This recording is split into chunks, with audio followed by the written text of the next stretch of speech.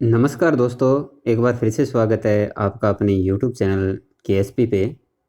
दोस्तों, अपने साइंस के टॉपिक पढ़ रहे हैं जिसमें अपने कक्षा 6, 7, 8 इनकी बायो कंप्लीट कर चुके हैं। कक्षा 6 और 7 की केमिस्ट्री भी कंप्लीट कर चुके हैं। अभी कक्षा 8 की केमिस्ट्री अपने स्टार्ट करने जा रहे हैं और आज का जो अपना अध्याय है उसका नाम है दोस्तों धातु और अधातु। ये कक्षा 8 का अध्याय 2 है दोस्तों। और जितने भी कंपटीशन एग्ज़ाम हैं आपके, उन सभी के लिए ये वीडियो काफ़ी फ़ायदेमंद है आपके लिए। तो प्लीज़ इस वीडियो को पूरा देखिएगा। अगर पहले वाली वीडियो आपने अभी तक नहीं देखी है तो इसी प्लेलिस्ट में मिल जाएगी, उनको ज़रूर देखिएगा। साथ ही अगर आप रीट और सीटेट की तैयारी कर रहे हैं तो साइकोलॉजी की अलग से वीडियो मैंने प्रोवाइड करवा रखी है आपको, और टेस्ट सीरीज में मैंने इन्हीं टॉपिकों पे स्टार्ट कर रखी है। इसके साथ साथ जो अन्य टॉपिक है उनके भी वीडियो मैं अपलोड कर रहा हूँ। तो इस चैनल से दोस्तों जुड़िए, इसको ज़्यादा से ज़्यादा शेयर कीजिए। अगर ये वीडियो पसंद आए तो इसको लाइक कीजिएगा, शेयर कीजिएगा, चैनल को सब्सक्राइब कीजिएगा और बेल आइकन को प्रेस कर देना ताकि ऐसी ही वीडियो के नोटिफिकेशन आपको मिलते रहें। तो सॉरी दोस्तों, देखिए दोस्तों, स्टार्ट करते हैं। अपने जो टॉपिक है इसका नाम है धातु और इस अध्याय में अपने पढ़ेंगे दोस्तों प्रकृति में धातु तथा अधातु, धातु व अधातु के भौतिक गुणधर्म, धातुओं के भौतिक गुणधर्म, अधातुओं के भौतिक गुणधर्म, धातुओं के रासायनिक गुणधर्म, अधातुओं के रासायनिक गुणधर्म, दैनिक जीवन में धातु व अधातु के उपयोग, उत्कृष्ट गैसें और मिश्र धातुएं क्या होती है, इन पे अपने चर्चाएं करेंगे। सबसे पहले देखिए दोस्तों प्रकृति में धातु तथा अधातु। दैनिक जीवन में हमें अपने चारों ओर अनेक वस्तुएं एवं पदार्थ दिखाई देते हैं, जैसे लकड़ी की कुर्सी, कोयला, एल्यूमिनियम शीट, तांबे का लोटा, मिट्टी आदि। ये सभी पदार्थ विभिन्न तत्वों से बनते हैं। कुछ पदार्थ ठोस, चमकदार एवं कठोर होते हैं, जबकि कुछ अन्य पदार्थ चमक रहित, मृदु और भुरभुरे होते हैं। आओ जानकारी करें। देखिए, द्युति यानी चमक के आधार पर धातुओं की पहचान करने का प्रयास कीजिए तथा सारणी 2.1 में सारणीबद्ध कीजिए। ये दोस्तों टेबल है, इसमें अलग अलग पदार्थ के नाम दे रखे हैं, उनके अनुसार आप इसको एक बार देख सकते हैं, मन में सोच सकते हैं। अब देखिए, इनमें से कुछ पदार्थ धातु तथा कुछ अधातु है। वे पदार्थ जो चमकीले होते हैं सामान्यतः धातु होते हैं, जबकि वे पदार्थ जो चमक रहित होते हैं अधातु होते हैं। तो धातु का एक गुण क्या हो गया दोस्तों, चमकीले हो गए, जबकि अधातु गुण कितने क्या हो गए, चमकीले नहीं होंगे यानी चमक रहित होंगे।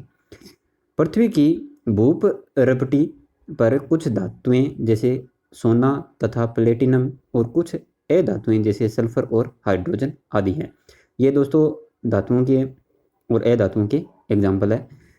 तत्व स्वतंत्र रूप में, जबकि अधिकांश धातुएं एवं अधातुएं संयुक्त अवस्था में ऑक्साइड, कार्बोनेट, सल्फाइड तथा सल्फर के रूप में पाई जाती है, जैसे एल्यूमिनियम, लोहा, मैग्नीज, ऑक्सीजन और फास्फोरस संयुक्त अवस्था में पाई जाती है। आइए धातुओं और अधातुओं के अन्य गुणों की जानकारी करें। सबसे पहले देखिए धातुओं के भौतिक गुण। भौतिक गुण में देखिए भौतिक अवस्था है सबसे पहले, और इसके लिए गतिविधि दर्शा रखी है। आपने अपने आसपास वस्तुएं जैसे लोहे की कुर्सी, स्टील के बर्तन, सोना चांदी के जेवर आदि को दबाकर या छूकर देखा होगा। ये सभी क्या है, ये सभी ठोस धातुओं से बनी है। सामान्य ताप पर अधिकांश धातुएं ठोस अवस्था में होती है। पारा यानी Hg एकमात्र ऐसी धातु है जो सामान्य ताप पर द्रव अवस्था में होती है। तो अपने नोट्सों में दोस्तों अच्छे से नोट कीजिएगा, पारा है वो एकमात्र ऐसी धातु है जो सामान्य ताप पर यानी कमरे के ताप पर द्रव अवस्था में पाई जाती है। रंग देखें तो धातुएं अधिकतर रूप हली या धूसरी ग्रे रंग की होती है। चमक देखें तो किसी मलिन धातु को रेगमाल पत्थर से रगड़िए, आप क्या देखते हैं, आप देखेंगे वे पुनः चमकदार यानी चमकीली हो जाती है। इसका कारण सभी धातुओं की सतह पर प्रकाश का अच्छी तरह से परावर्तन करना है, सतह से परावर्तन करना है। धातुओं में विशेष चमक होती है जिसे धात्विक चमक कहते हैं। चांदी, सोना, एल्यूमिनियम, तांबा आदि विशेष चमकदार धातुएं हैं। अब पढ़ते हैं अपनी कठोरता। आप लोहे का एक टुकड़ा लीजिए और उसे चाकू की सहायता से काटने का प्रयास कीजिए। क्या आप उस धातु के टुकड़े को आसानी से काट सकते हैं? नहीं, क्योंकि अधिकांश धातुएं कठोर होती है। तो याद रखना है दोस्तों, जो प्रकृति में अधिकांश धातुएं हैं वो कठोर होती है, इन्हें आसानी से नहीं काटा जा सकता। सभी धातुओं की कठोरता अलग अलग होती है। सोडियम और पोटेशियम धातु को मोम की भांति चाकू से काटा जा सकता है, जो यह दर्शाता है कि सोडियम और पोटेशियम धातु मुलायम है। तो सोडियम और पोटेशियम है, ये याद रखना है कि इनको चाकू से काट सकते हैं, यानी ये मुलायम है। इसके अलावा जो अधिकांश धातुएं हैं वो कठोर होती है। पांचवा है धावनिकता। धावनिकता में देखिए, अपने आसपास की कुछ धातुएं जैसे स्टील की थाली, विद्यालय की घंटी, धातु का सिक्का, एल्यूमिनियम की शीट आदि लीजिए।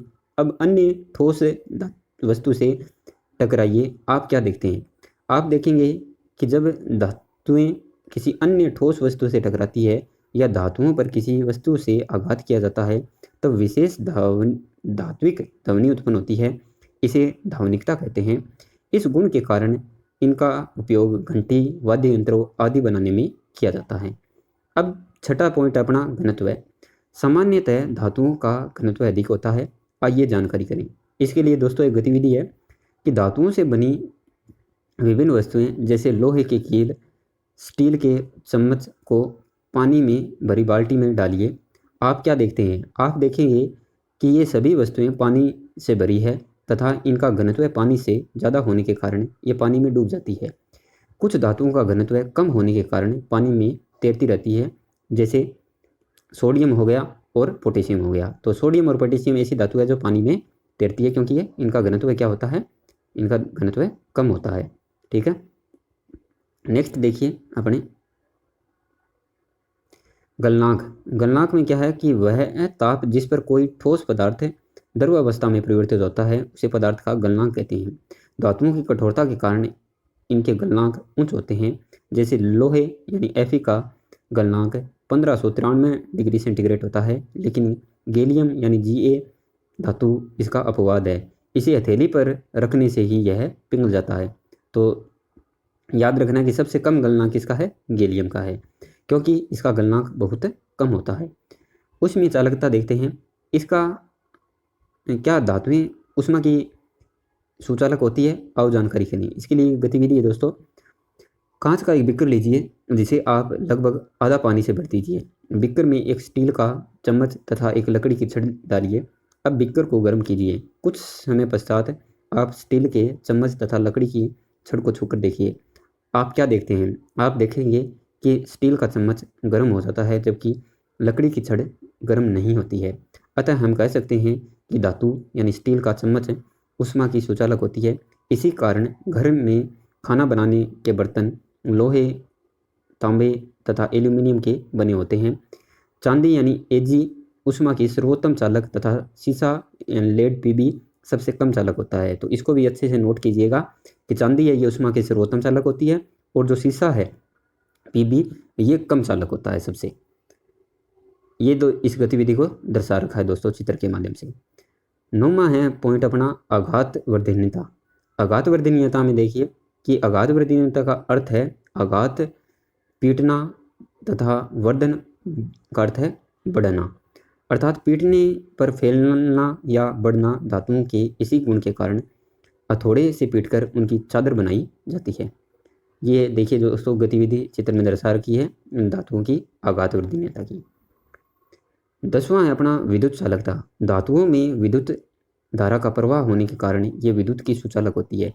चांदी विद्युत की सर्वोत्तम चालक है। ये भी अलग से आपको याद रखना है कि चांदी है ये विद्युत की सर्वोत्तम चालक है। इसके अलावा देखिए विद्युत चालकता को प्रदर्शित करने के लिए दर्शाए गए परिपथ में विभिन्न पदार्थ लेकर गतिविधि करेंगे तो देखेंगे कि धातु के विद्युत परिपथ पूर्ण होने पर बल्ब प्रकाशित हो जाएगा। अतः हम कह सकते हैं कि धातु विद्युत की सुचालक होती है। यानी जो धातु विद्युत की सुचालक होगी वो क्या है, इस बैटरी से और बल्ब से जुड़ेगी तो क्या हो जाएगी, ये बल्ब क्या हो जाएगा, प्रकाशित हो जाएगा। और जो क्या है ये धातु नहीं होगी वो इसको क्या करेगा, प्रकाशित नहीं करेगा। नेक्स्ट अपना 11वां तन्यता। धातु का वह गुण जिसके कारण उसे खींचने पर आसानी से तार में बदला जा सकता है तन्यता कहलाता है। ऐसे पदार्थ जो कठोर, चमकीले, आघात वर्धनीय तन्य, ध्वनिक, ऊष्मा और विद्युत के सुचालक होते हैं धातु कहलाते हैं।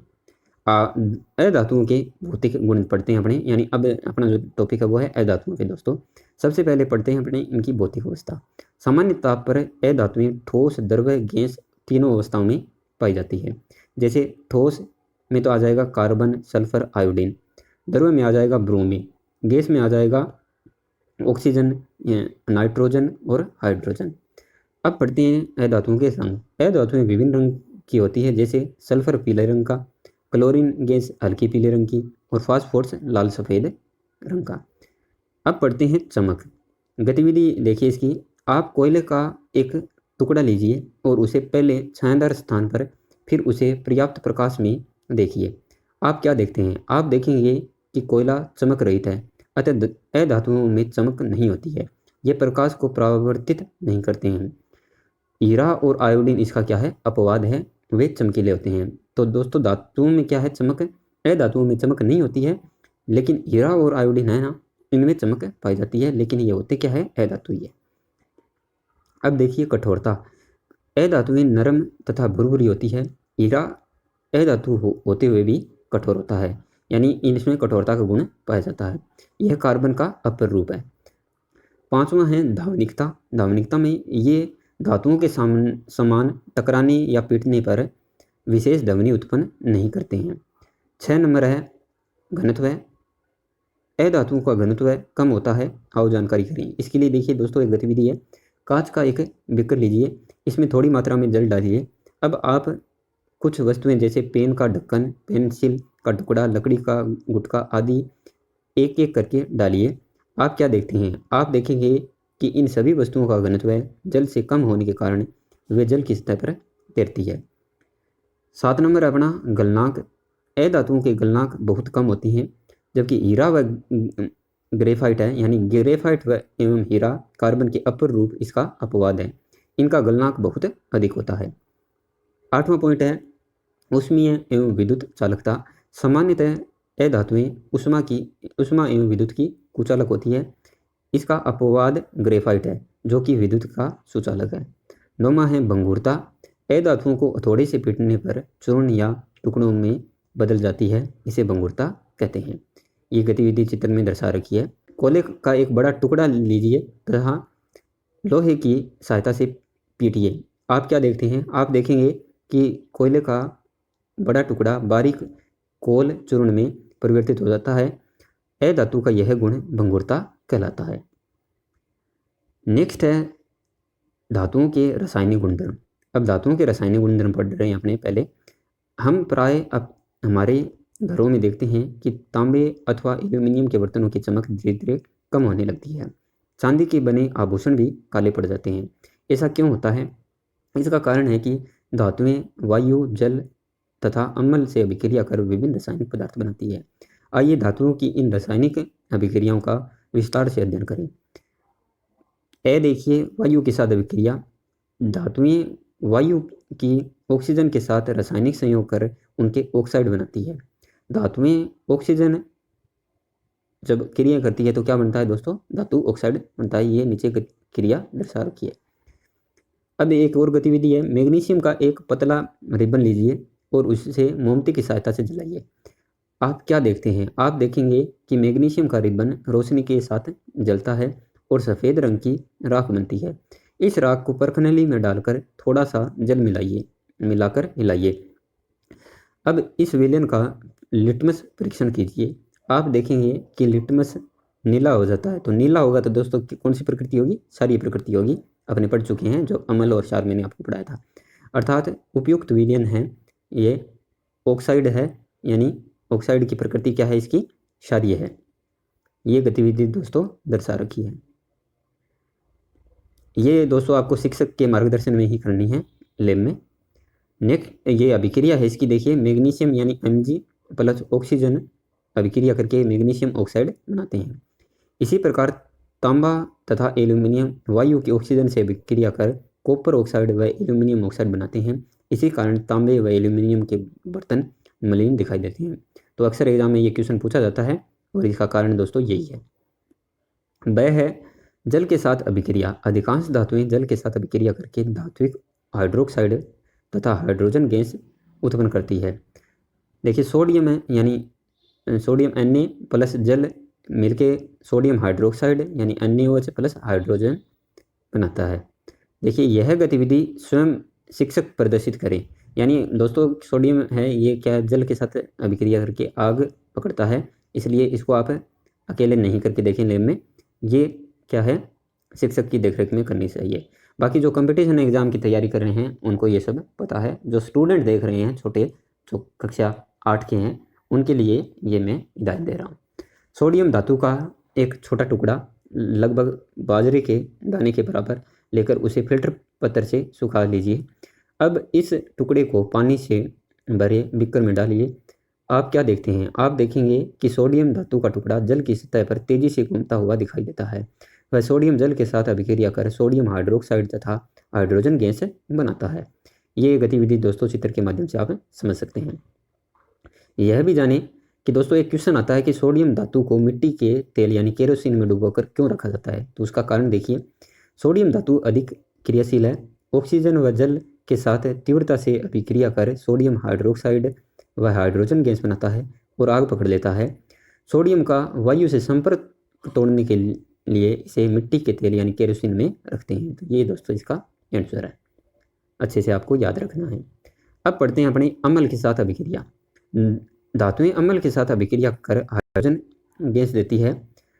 और नेक्स्ट है अपना अधातुओं के रासायनिक गुणधर्म। अधातुओं के रासायनिक गुणधर्म में देखिए वायु के साथ अभिक्रिया। अधातुएं वायु के साथ अभिक्रिया कर ऑक्साइड बनाती है। यह ऑक्साइड अम्लीय प्रकृति के होते हैं। आओ जानकारी करें।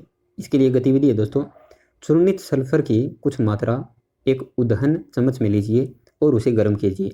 यदि उदहन चम्मच उपलब्ध नहीं हो तो आप किसी भी बोतल के धातु का ढक्कन ले सकते हैं। धातु के ढक्कन के चारों ओर धातु का तार लपेट लीजिए। जैसे ही सल्फर जलना प्रारंभ हो तो उदहन चम्मच को एक गैस जार या कांच के गिलास में ले जाइए। गिलास को एक ढक्कन से ढक दीजिए ताकि बनने वाली गैस बाहर न जा सके। कुछ समय बाद उदहन चम्मच को हटा लीजिए, गिलास में थोड़ा जल डालिए और पुनः ढक्कन से ढक लीजिए। अब गिलास को भली भांति हिलाइए। विलेन का लिटमस परीक्षण कीजिए। आप क्या देखते हैं, आप देखेंगे कि नीला लिटमस लाल हो जाता है। इस विलेन की प्रकृति क्या है दोस्तों, अम्लीय है। यानी अम्ल क्या होते हैं, खट्टे होते हैं। पिछली वीडियो में मैंने बताया था। और खट्टे से क्या कहा था मैंने याद रखने के लिए कि खटाई खाती क्या है, चेहरा लाल हो जाता है। तो अम्लीय प्रकृति क्या दर्शाती है, ये लिटमस में लाल रंग को दर्शाती है। सल्फर का चूर्ण वायु से अभिक्रिया कर सल्फर डाइऑक्साइड गैस उत्पन्न करता है जो कि धातु का अम्लीय ऑक्साइड है। यह अभिक्रिया दर्शा भी रखी है, सल्फर और ऑक्सीजन मिलकर सल्फर ऑक्साइड बनाते हैं। वह है जल के साथ अभिक्रिया। सामान्यतः अधातुएं जल या जलवाष्प के साथ अभिक्रिया नहीं करती है, इसलिए फास्फोरस को जल में संग्रहित करते हैं। स है अम्ल के साथ अभिक्रिया। अधिकांश अधातुएं तनु अम्लों के साथ अभिक्रिया नहीं करती है, लेकिन सल्फर सांद्र नाइट्रिक अम्ल के साथ अभिक्रिया कर सल्फर डाइऑक्साइड एवं नाइट्रोजन डाइऑक्साइड व जल बनाते हैं। दैनिक जीवन में धातु व अधातु के उपयोग देखते हैं। अधातुओं के उपयोग देखते हैं सबसे पहले। तो अधातुओं का उपयोग भोजन पकाने के बर्तनों को बनाने में किया जाता है। बिजली के उपकरण, रेडियो, विद्युत वाहक तार, फ्रिज इत्यादि में मुख्य तांबे के तारों का उपयोग किया जाता है। घरों में वर्षा तथा धूप से बचने के लिए एल्यूमिनियम तथा लोहे की चादरों का उपयोग किया जाता है। सोना, चांदी तथा टीन का उपयोग आभूषण तथा सिक्के बनाने में किया जाता है। इसके अलावा पांचवा देखिए, पारा HG का उपयोग थर्मामीटर यानी तापमापी में किया जाता है। सोडियम धातु से निर्मित सोडियम क्लोराइड सामान्य नमक है दोस्तों। सोडियम कार्बोनेट धावन सोडा जिसको बोलते हैं, सोडियम बाइकार्बोनेट खाने का सोडा आदि यौगिकों का उपयोग दैनिक जीवन में किया जाता है, जो कि अपने पिछले चैप्टर में अच्छे से पढ़ा था, जो कक्षा 7 का था। अधातुओं के उपयोग, गंधक का उपयोग अम्ल, औषधियाँ तथा बारूद बनाने में किया जाता है। लाल फास्फोरस का उपयोग दिया सलाई, पटाखों और जंतुनाशकों में किया जाता है। ग्रेफाइट का उपयोग इलेक्ट्रोड बनाने में किया जाता है। पेंसिल में शीशे के विकल्प के रूप में ग्रेफाइट का उपयोग होता है। उत्कृष्ट धातुएं देखते हैं। आपने देखा होगा कि सोने व चांदी के आभूषण हमेशा चमकते रहते हैं क्योंकि वे बहुत कम अभिक्रियाशील धातुएं हैं। ऐसी धातुएं जिन पर वायु, जल, अम्ल, क्षारक इत्यादि का कोई प्रभाव नहीं पड़ता है, उत्कृष्ट धातुएं कहलाती है। एक क्वेश्चन है दोस्तों, अक्सर एग्जाम में पूछा जाता है, देखिए क्या है वो, कि सोने की शुद्धता मापने की इकाई कैरेट है और 24 कैरेट सोना सबसे शुद्ध होता है। 23 व 22 कैरेट सोने में कुछ प्रतिशत मात्रा अन्य धातु की मिलाई जाती है। तो ये अच्छे से आप अपने नोट्स में नोट करिएगा। नेक्स्ट है मिश्र धातु। हमारी माताएं एवं बहनों द्वारा उपयोग में लिए जाने वाले आभूषण, घरों में उपयोग में आने वाले बर्तनों पर सामान्यतः जंग नहीं लगता है। ऐसा क्यों होता है? क्योंकि इन आभूषणों बर्तनों के बनाते समय मुख्यतः धातुओं के साथ साथ अन्य धातुएं या अधातुओं की निश्चित मात्रा मिलाई देते हैं।